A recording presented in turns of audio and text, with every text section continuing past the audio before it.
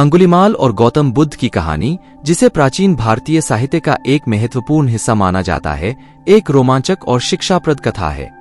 यह कहानी दिव्यता, परम शांति और मानवता की महत्वपूर्ण संदेशों से भरपूर है। यहाँ आपके लिए इस कहानी का विस्तृत विवरण है। प्रारंभिक जीवन। अंगुलीमाल की कहानी उसके बचपन से ही शुरू होती है। वह एक प्राचीन भारतीय राजा के पुत्र के रूप में जन्मा था।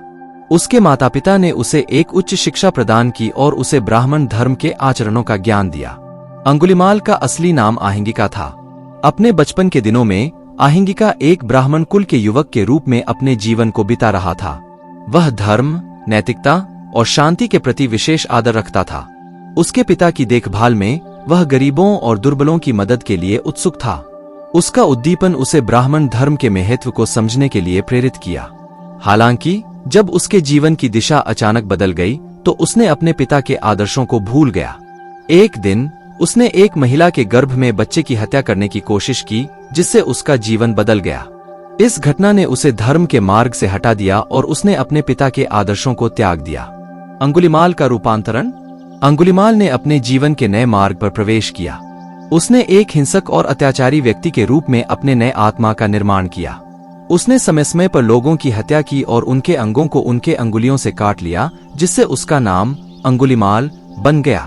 उसने आत्मविश्वास की भावना से यह कार्य किया और अपनी बुराई को सहारा दिया। अंगुलीमाल ने लोगों की भयानक दृष्टि के कारण स्थानीय लोगों को भी डराया और उन्हें उसके आगे लाचार बना दिया। उसकी दृष्टि में रहने वाले लोगों के लिए अंगुलीमाल का सामना करना एक डरावना कार्य था। गौतम बुद्ध की दर्शन। एक दिन अंगुलीमाल गौतम बुद्ध के साथ बड़े परिवार के समापन का शिकार हुआ। वह बुद्ध के साथ लड़ने की सोच रहा था, लेकिन बुद्ध ने उसे धार्मिक और मानवीय उद्देश्यों की ओर प्रेरित किया। वह अपने बुरे कर्मों का पछतावा करता है और उसे समाधान की तलाश करता है। गौतम बुद्ध का प्रभाव। अंगुलीमाल को गौतम बुद्ध के उपदेशों का प्रभाव महसूस होता है। उसने अपने जीवन की दिशा को बदल दिया और धार्मिक मार्ग पर चलने का निर्णय लिया। उसने अपने बुरे कर्मों का पछतावा किया और गौतम बुद्ध के उपदेशों के अनुसार ध्यान की प्रक्रिया में लगा दिया।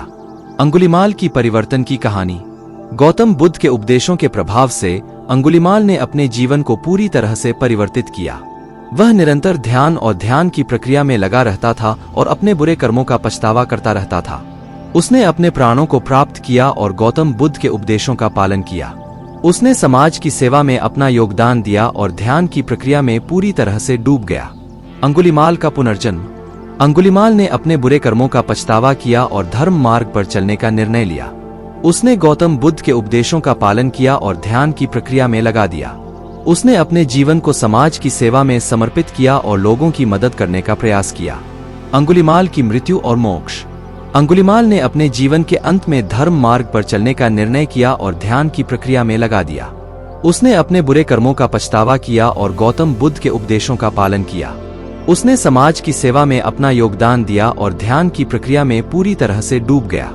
अंत में उसने मोक्ष प्राप्त किया और समाधि में प्रवेश किया। उसका जीवन उत्तम उदाहरण बना और लोगों को धर्म मार्ग पर चलने की प्रेरणा दी। अंगुलीमाल और गौतम बुद्ध की कहानी एक महत्वपूर्ण संदेश स्वीकार करती है, जो हमें धर्म, शांति और मानवता के महत्व को समझाता है। यह कहानी हमें यह सिखाती है कि चाहे कितना भी अत्याचार क्यों न हो, धर्म, शांति और प्रेम के माध्यम से हम सभी को अपने जीवन की दिशा में सुधार करने का एक मार्ग प्राप्त हो सकता है।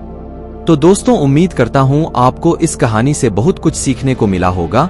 यह कहानी आपको कैसी लगी हमें कमेंट बॉक्स में कमेंट करके जरूर बताएं और साथ ही इस कहानी को अपने दोस्तों के साथ जरूर शेयर करें ताकि उन्हें भी इस कहानी से कुछ सीखने को मिल सके। धन्यवाद।